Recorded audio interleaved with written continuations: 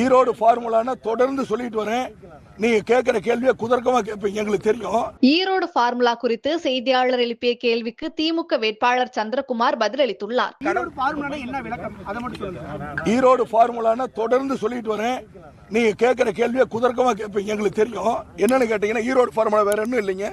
நேரடியாக மக்களை சென்று சந்திப்பது, ஃபேஸ் டு ஃபேஸ் என்று சொல்கின்ற வகையில் ஒரு அடி 2 அடி அளவு வித்தியாசத்திலே மக்களை நேருக்கு நேர் சந்தித்து வீதி வீதியாக சென்று அவர்களை சந்தித்து அவருடைய குறைகளை கேட்டு அதை நிவர்த்தி செய்வதற்கான பணிகளை மேற்கொண்டு அதே நேரத்தில் அவர்களுக்கு என்னென்ன பிரச்சனைகள் இருக்கிறோ அதெல்லாம் குறித்தெடுத்து வந்து நாங்கள் வெற்றி பெற்று வந்தவுடன் இதையெல்லாம் செய்கிறோம் என்று வாக்குறுதி கொடுத்து விட்டு வந்திருக்கிறோம் அல்லவா.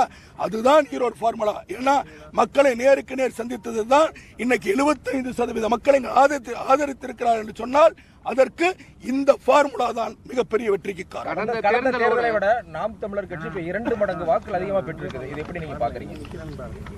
நான் வேற யாரை பத்தி நான் பேச விரும்பலைங்க.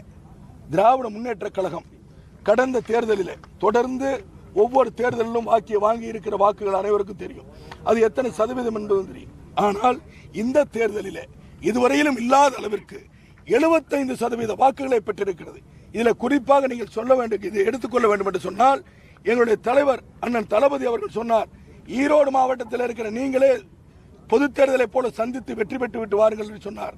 அண்ணன் உதயநிதி சொன்னார், தலைவர் என்ன சொல்லி இருக்கிறார் அந்த கட்டளை ஏற்று நீங்களே பாருங்கள் என்று சொன்னார்.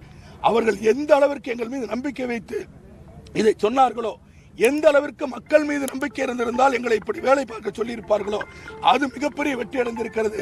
அதனால வேறு யார் எவ்வளவு ஓட்டு வாங்கினாங்கிறத பத்தி எனக்கு கவலை இல்லை.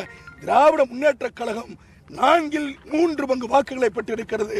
இந்த வெற்றி திராவிட முன்னேற்ற கழகத்திற்கும் உதயசூரியனுக்கும் சொந்தமானது. அதனால இதில் வெற்றியை பற்றி மட்டுமே பேசலாம், மற்றவர்கள் பேசுவதற்கு எனக்கு அவசியம் இல்லை. செய்திகளை உள்ளது உள்ளபடி தெரிந்து கொள்ள ரெஃப்ளெக்ட் நியூஸை சப்ஸ்கிரைப் பண்ணுங்க.